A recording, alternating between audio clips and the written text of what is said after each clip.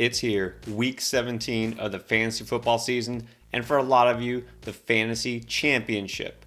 So who are those last minute waiver wire pickups that could make the difference between taking home a trophy and coming in second? Let's find out.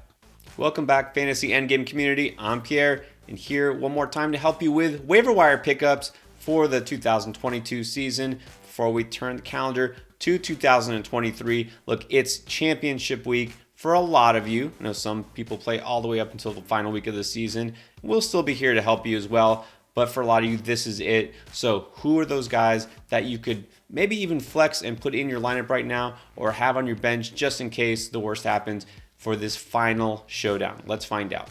We always do the injury report and the rundown so you know who might be some favorable pickups and pivots.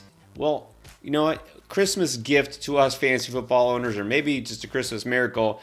We only have one player to talk about on the injury report right now of concern. That is Christian Watson. So you know he's been banged up throughout the season and even through the preseason, which is why a lot of people had left him on waivers before he blew up. Well, he left the game early against Miami, and his status is still to be determined. So if he doesn't play, obviously you're going to look elsewhere, and I do have somebody in mind that I'm about to talk about.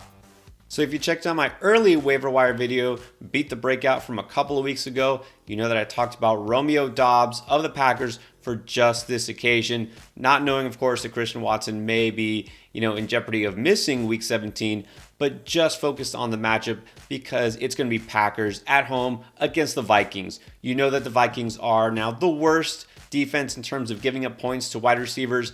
I mean, it's gotten to the point that even the Giants wide receivers, the New York Giants, with Daniel Jones at quarterback, and you probably couldn't name all three of the receivers that I'm about to talk about, gave up 258 yards to Giants receivers last week alone. That's right. The trio of Darius Slayton, Richie James, and Isaiah Hodgins all had at least 79 yards in this past game.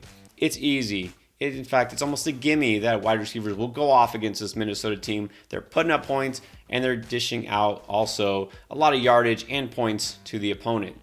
It only makes sense that the Packers, again, must win, and give them credit. Man, they're doing everything they can to try to make the playoffs, and they do not lose in December, apparently, with Aaron Rodgers. So, look, it's a great spot for Doubs already, and if Watson doesn't play, you've got to like him. I would even put him in my lineup. That's how good I feel about him. Look, he got 6 targets this past week. Didn't put up huge numbers fantasy-wise. No, Lazard kind of stood out. But in this case, I'm going Doubs. Lazard is pretty much owned in most competitive leagues. Doubs is probably not. I think he's a very interesting, not only pickup, but flex option in week 17. Now, I just mentioned those Giants receivers, and it's interesting to note that Isaiah Hodgins has been seeing his target share increase the last couple of weeks. I like him enough. I picked him up in one league. Kind of wish I would have started him. And there's another guy who also stood out, and that's Richie James. Of the two, well, Darius Slayton, I actually like a lot also, but out of those guys, the guy I like this week the most is Richie James because I think that he has the best chance to put up numbers against Indy this coming week. Now, first of all, let me just say, I don't expect the Giants to have this pass-heavy script like they did last week for obvious reasons. It's Indianapolis. It's not the Vikings. They're not going to need to necessarily throw as often, but they will still throw as needed. And look, Indy's defense has been pretty bad over the past several weeks. They're pretty much susceptible to the run and the pass. So even though Saquon will have his way, there's room for these receivers to operate. And I think that this has to favor the slot guy, Richie James, because they at least have Stephon Gilmore on the outside. He's a really good corner still. I think that takes Slayton and to some extent Hodgins out a little bit. Where the Colts have been most vulnerable, and Chris and I talked about this last week, is in the slot position because their main guy, Kenny Moore, has been injured, and they've been giving up a lot of points there. So Richie James, look, he actually led that team in targets last week. He had 12 targets. That was more than Slayton and Hodgins. I think it's interesting enough to note that he's got this opportunity in front of him. But look, if you're in a deep league, you're looking for a flex with upside, James is the guy I would target. Another guy with some interesting upside, name you know probably a little better, it's Michael Gallup of the Cowboys. Now, Gallup did score a touchdown this past week, but didn't put up a lot of numbers otherwise. He was targeted 7 times, which is pretty good, but it was pretty much the CeeDee Lamb show, right? You might not even know that Gallup scored with all the scoring that was going on there. but he's getting involved enough to be interesting. And of course, it's based on the matchup this coming week. Even though it's a Thursday game, look, it's Tennessee, which beside the fact that Tennessee is just free falling, that I mean just falling out of the playoff picture, they're losing, but also they're giving their defense a hard time because they're always on the field. Malik Willis is clearly not ready for prime time at quarterback there. Their offense cannot do anything other than when Derrick Henry does something. And so going to see that defense on the field a lot. This defense all year, even back when their offense was better, was giving up a lot of points to wide receivers. So I think there's room for, of course, CeeDee Lamb to feast, but also Gallup could be more productive in this particular matchup. The only concern I have is, well, maybe, Gallup doesn't need to see a lot of targets because they don't need to pass the ball a lot because, well, Tennessee just doesn't score. But Gallup is somebody who has the talent, has the ability. And look, if Dallas does put their foot on the gas pedal, they want to keep fighting, right? They want to try to at least make an effort to catch Philly after that big win last week. Look, if Dallas does put up a lot of points this week, it will be through the air, I think, and Gallup could be a guy that benefits. Now on to running back. I'm going to talk about a couple of players that I mentioned last week and I think are still the best pickups because, again, we've been looking ahead to this particular week, championship week for a lot of you. So let's go to Tyler Algier. And I have to talk about him again. I know I've been bringing him up the last couple of weeks, but according to Yahoo, he's still out there, available in more than half of all fantasy leagues.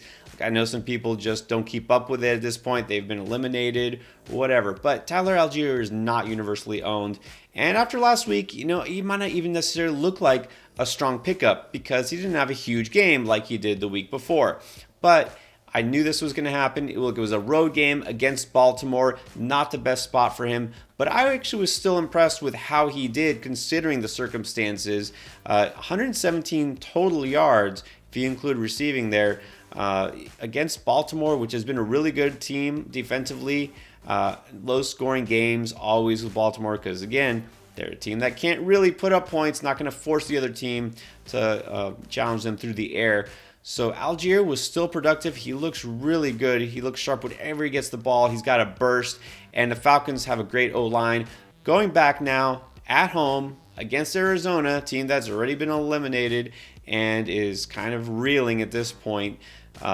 They also have been, in the last half of the season, one of the worst against the run. In fact, second most points allowed to running backs over the last 8 weeks. That's the Arizona Cardinals defense that Tyler Algier is now going to face. I love Algier enough. If I can get him in any league where I'm still competitive, I'm doing it. If I have him, I am starting him. And then I mentioned Chuba Hubbard because I thought he might be a nice floor play, a good desperation flex, or at least a stash if you do need him. Did not expect to see him run for 125 yards. Of course, didn't expect Deontay Foreman to also go over 100 yards and do what they did against what had been a great Detroit run defense. And of course, all that went out the window. Look, Chuba Hubbard over the last 3 weeks has been quietly pretty good. Ever since he came back, he was injured, missed a couple weeks, and then was really slow getting back into it. Did pretty much nothing, and that's why he fell off the map completely for fantasy. But over the last 3 games, he's averaged 97 total yards between rushing and receiving. That's not too bad. Now, of course, the touchdown upside isn't great. Usually when they get near the goal line, it is Foreman who gets first crack, being the bigger back. But Hubbard seems to be the guy that's making the big plays. Of course, he's more of the pass-catching back. So besides maybe being a better floor play in that sense, he's also the guy that seems to have a higher ceiling at this point. And Tampa Bay used to be a run defense you kind of wanted to steer clear of, but Tampa barely scraping by with a win over the Cardinals and barely still being in the playoff race. Look, this is a game that's going to be really important because this is kind of going to decide who makes the playoffs and who doesn't, who wins that division. Both teams are going to give it what they got. Carolina has committed to running the ball, and they're actually doing it really effectively. Hubbard will be a big part of that. And Tampa Bay, again, this is the last few weeks, not the same Bucs defense that we've seen. They got smashed recently by Christian McCaffrey and Nick Chubb. And then this last week, they gave up 79 yards and a touchdown to James Conner. I mean, I think Hubbard can at least be effective enough that he is playable in certain circumstances. If you're still streaming tight end at this point, looking for a good pickup to replace whoever you got, I think it has to be Tyler Higbee. Look, we had completely ignored him because of the whole situation with the Rams and that offense. I think we actually have to reconsider that at this point. Not that I'm completely sold on Baker Mayfield now becoming reborn, whatever, but the offense at least is doing something.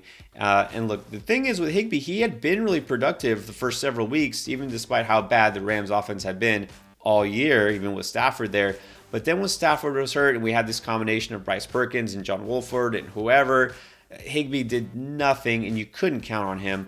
But look, the last 2 games where Baker Mayfield was the starter, you had 4 catches, 27 yards, but a touchdown from Higbee. And of course, his explosion on Christmas. And that was 9 catches on 11 targets, by the way, for 94 yards and 2 touchdowns. We can't just ignore that because, again, no wide receiver really on this team is even viable. Van Jefferson is technically the number 1 guy, barely involved. The number 2, 3, 4, there is none, right? Those guys like Tutu Atwell, Ben Skoranek, no impact at this point. Higbee is going to be the guy that Mayfield looks to first. He's actually got a pretty good matchup, too, against a Chargers defense that has been better, but has given up the 5th most yards per target to tight ends over the last half of the season. So if you can imagine Higbee even getting close to double-digit targets, he's got chance, of course, for some good yardage, especially at the tight end position, and a good chance to score. So Higbee is the guy that you've got to prioritize. I do like Cole Kmet this week, but I think Higbee is going to edge him out just a little bit. And then at quarterback, you're streaming, you look for Jared Goff, you get him, you start him, no questions asked. Look, we were skeptical. We knew Goff on the road is not startable. And now you kick yourself if you didn't start Jared Goff. I mean, if you went with Gardner Minshew, that was fine. But look, Jared Goff was great in a road game. Go figure. He had thrown 3 touchdowns in road games all year long. And what does he do? He throws 3 touchdowns and 355 yards in week 16. So there you go. Jared Goff is now officially no more a guy you have to worry about with splits. But guess what? He gets to go back home to Detroit and face the Bears. It couldn't get any better than this. I feel like we're almost primed for a letdown now that we're expecting him to go off again. But you have to play the numbers. Detroit, again, still clawing, trying to get that playoff spot. That loss set them back. They're going to go all out in this home environment against a really bad team with a bad defense in Chicago. So Jared Goff is going to be your number 1 quarterback choice of the week.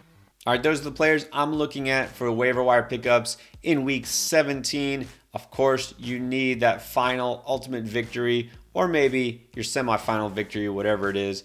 Check out our playlist here. Of course, we have you covered with start, sit advice, and everything you need to take home that trophy.